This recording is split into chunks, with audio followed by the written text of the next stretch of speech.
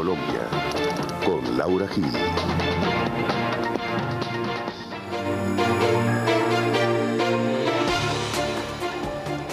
Buenas noches, soy Laura Gil y esto es Hashtag Internacional, un programa para debatir temas de Colombia en el mundo y el mundo en Colombia.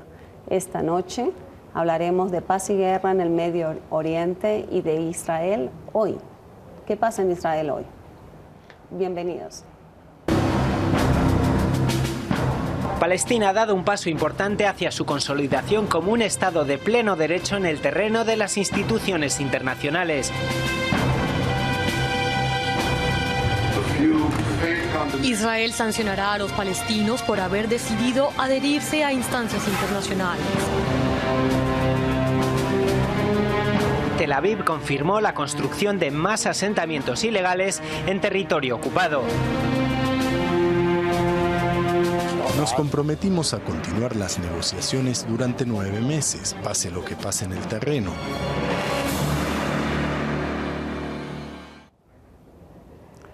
Bueno, para hablar de la actualidad de Israel, estamos aprovechando la visita de un líder de paz en Israel, Aaron Barnea, que nos visitó para asistir al seminario Las víctimas le caminan a la paz.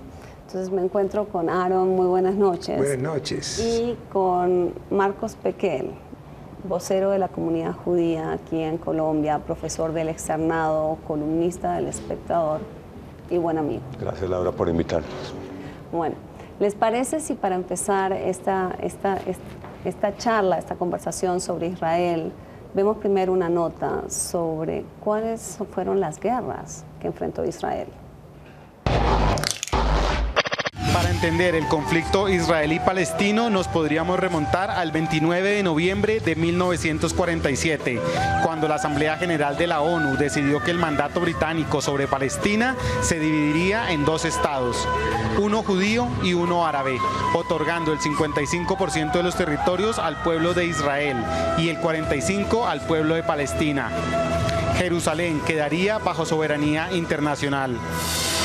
La resolución del Comité sobre la Cuestión Palestina fue adoptada por 33 votos, 13 en contra y 10 abstenciones.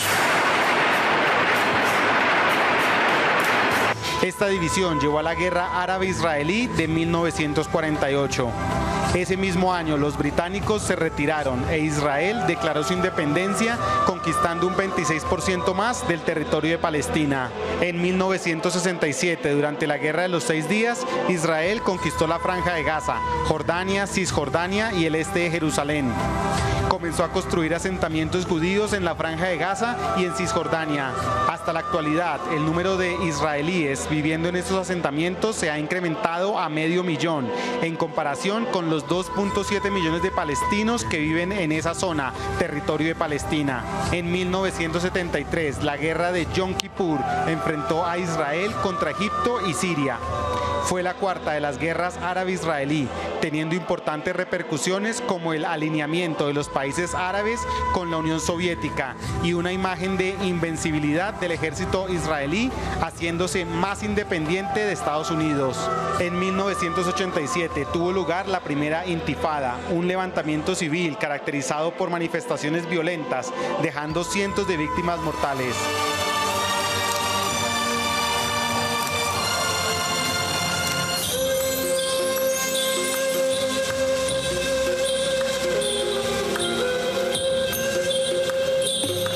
Varios han sido los intentos por negociar la paz entre los dos pueblos desde 1991.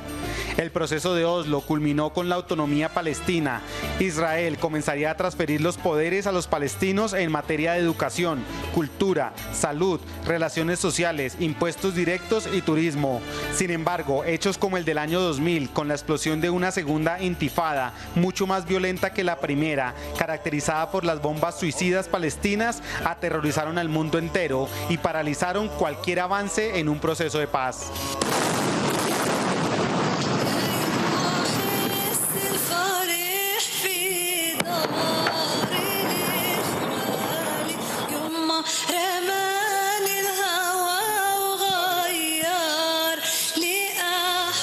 A pesar de estos fallidos intentos anteriores, en julio de 2013, Israel y Palestina decidieron darle una vez más una oportunidad a la paz y se sentaron en la mesa de negociación. El presidente de Estados Unidos, Barack Obama, se encarga de la supervisión y realiza esfuerzos de la mano del secretario de Estado, John Kerry. Para la comunidad internacional, estas negociaciones entre Israel y Palestina están nuevamente en crisis, pues los acuerdos y condicionamientos pactados en 2013 para reactivar el proceso y volver a sentarse a negociar se han incumplido o cumplido a medias por las dos partes.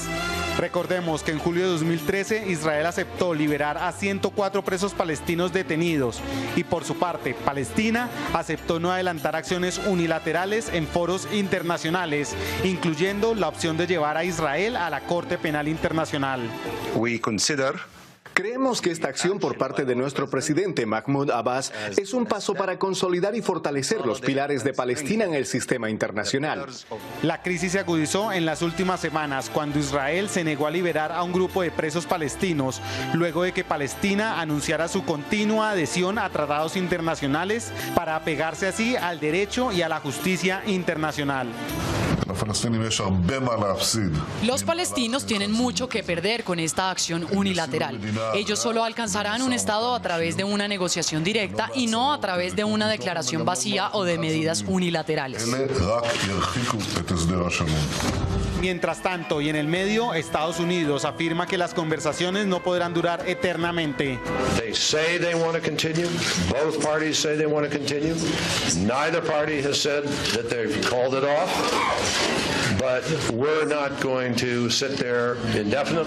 Las cuestiones pendientes en el proceso de paz entre Israel y Palestina son el reconocimiento mutuo, el establecimiento de fronteras seguras, los refugiados y los derechos de agua.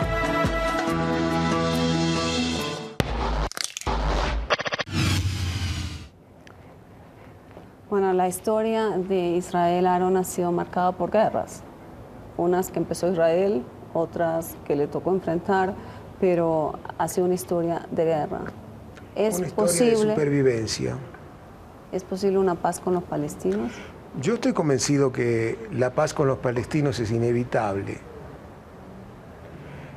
Más allá, yo creo que la paz con el mundo árabe es inevitable a largo plazo. El problema es cuándo va a suceder eso. Es inevitable porque yo creo que es vital para Israel.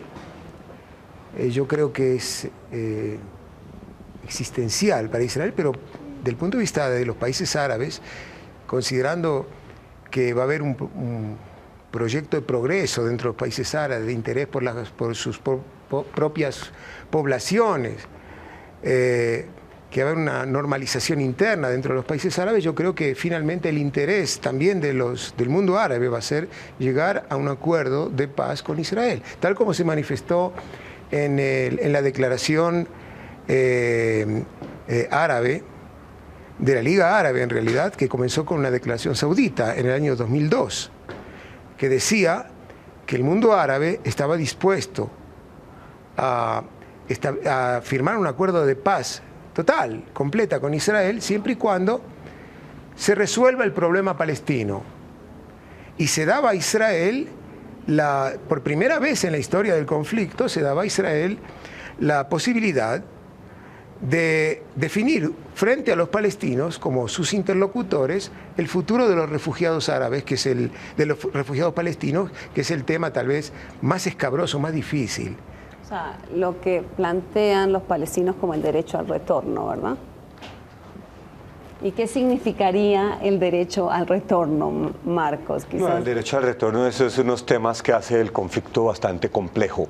El derecho al retorno es un espejismo, es una exigencia académica que en la práctica no significa nada, porque el conflicto ha generado una realidad muy distinta a la de 1948, cuando los palestinos por distintas razones se fueron. Hoy en día las casas o aldeas donde los palestinos quieren volver ya no existen.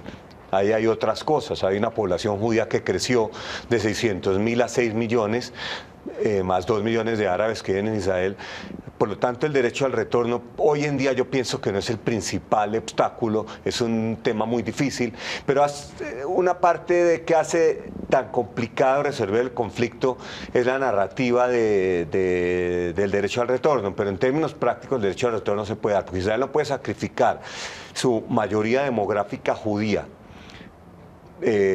por el tema del derecho al retorno, y la idea de que se cree un Estado palestino es para que los palestinos que quieran vuelvan a ese Estado palestino. Por lo tanto, es un tema de discusión que en la práctica realmente no tiene ningún asidero ni ningún significado. Aaron, pero esta resistencia, digamos, al derecho al retorno, porque eso básicamente cambiaría la identidad del Estado hoy en día, en tanto habría una mayoría árabe en vez de una mayoría judía. Finalmente, en el largo plazo, no va a terminar dándose las tasas, digamos, las tasas de natalidad de la población árabe hoy en día en Israel.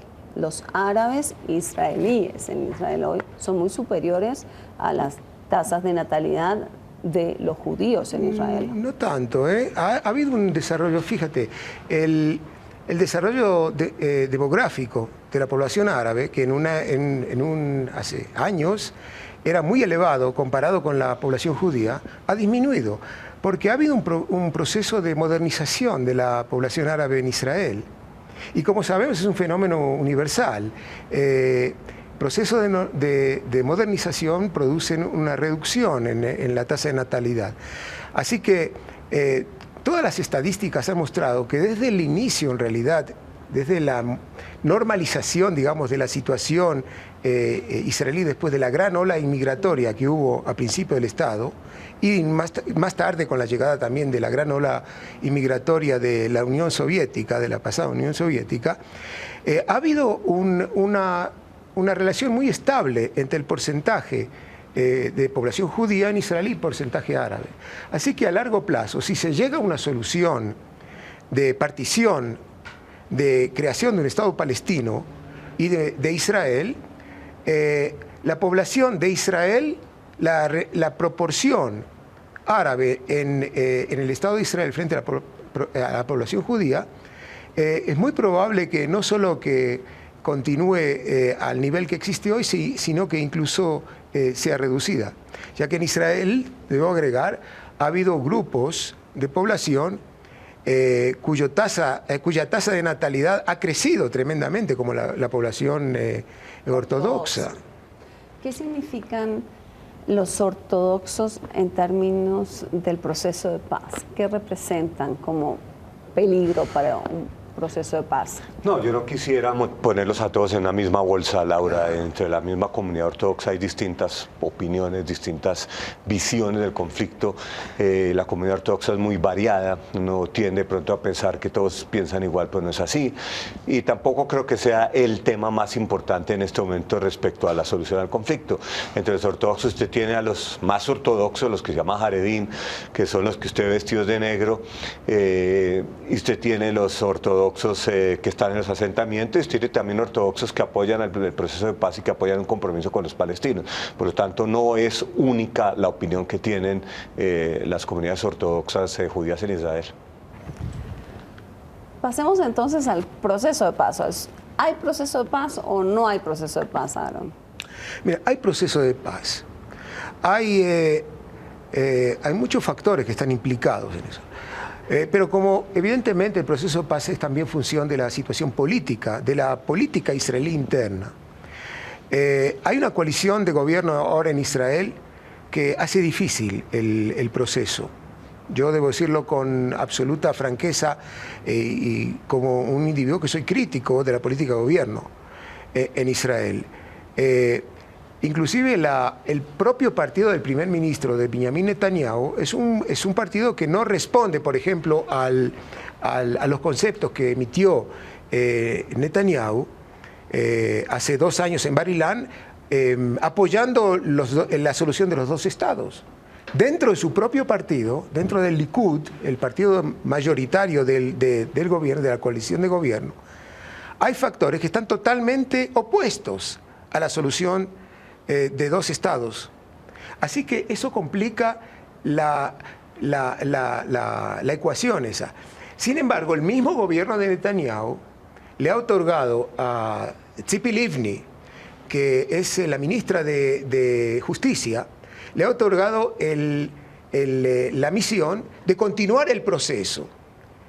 Es decir, cuando llegue el momento, si es que llega el momento en que haya que tomar una decisión, que el primer ministro tenga que tomar la decisión, se continúa o no, es muy probable que haya crisis gubernamental y que se forme otra coalición que sea, ojalá, tal vez, positiva al proceso. Uno tiene la sensación que en el conflicto árabe-israelí ya está dada, digamos, las soluciones están dadas, que no hay nada que negociar entre palestinos e israelíes, que eso ya está, la solución ya está, que realmente los que tienen que negociar es cada uno de ellos adentro de su propia comunidad.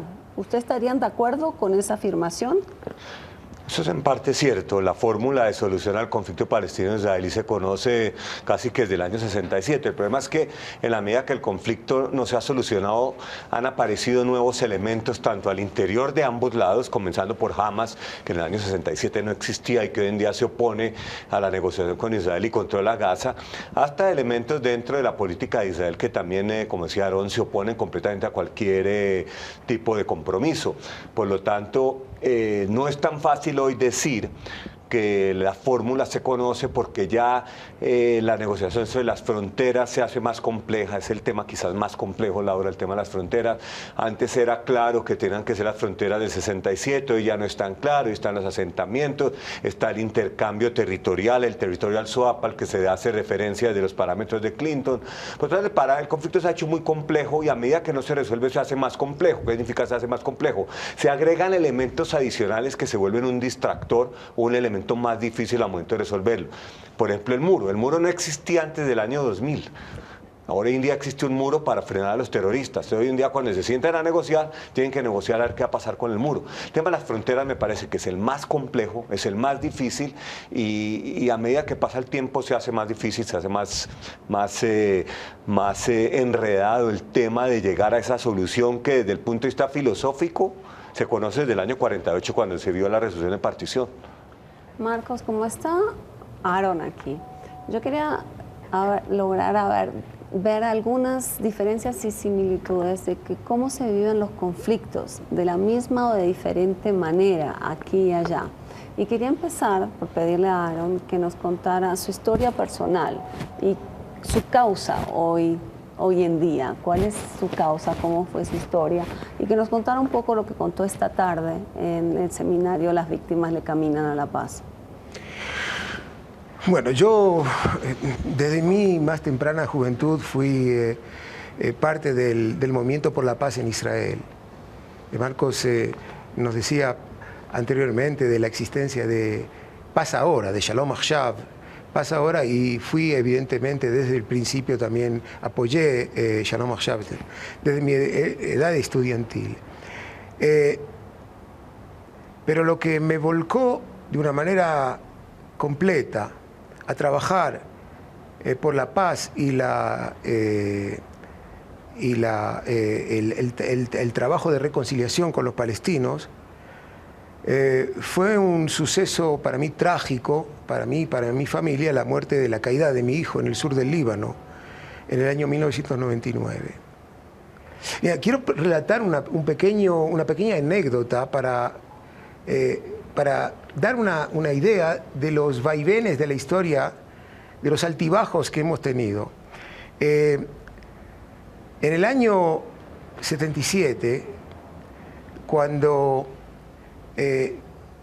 hubo elecciones en Israel, por primera vez en la historia de Israel, el Likud, la derecha en Israel, llegó al poder.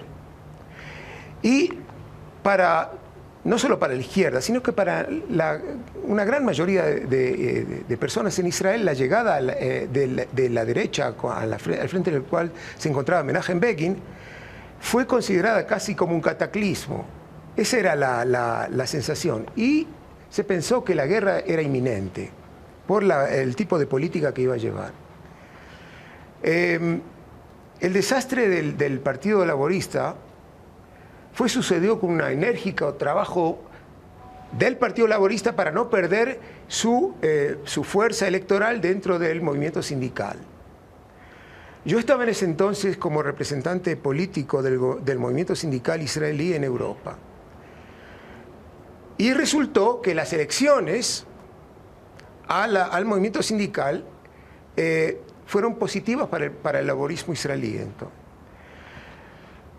en noviembre de ese año hay un congreso y el 15 de noviembre, 16 de noviembre, yo regreso del congreso, vuelvo al lugar donde estaba viviendo esos años, a Bruselas. Y cuando me monto en el avión para viajar a Bruselas, abro el periódico de Israel Haaretz y encuentro la noticia, una noticia que realmente no era de primera plana, en la que decía que Sadat había dicho en el Parlamento egipcio, el presidente egipcio había dicho que estaba dispuesto a llegar a Israel, a Jerusalén, a firmar un acuerdo, a hablar de la paz. Y yo dije, ¿son patrañas eso?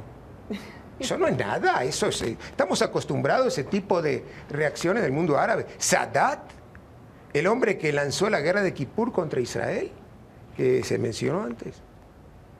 El hombre que tenía sus manos llenas de sangre de israelíes, más que cualquier otro líder árabe.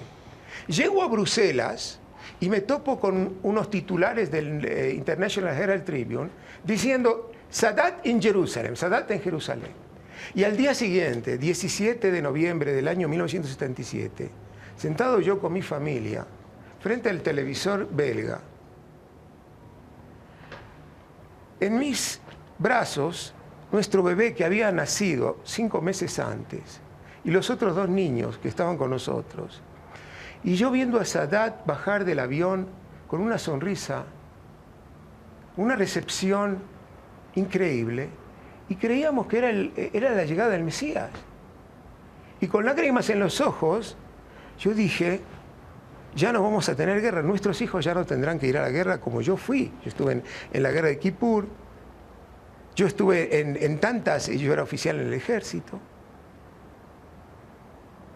Y es ese muchacho, ese niño, ese bebé de 5 meses, nuestro hijo menor, el que el 12 de abril del año 1999, en esa aventura bélica terrible que tuvimos en el sur del Líbano, cae en las vísperas del día del Holocausto, 12 de abril del año 1999.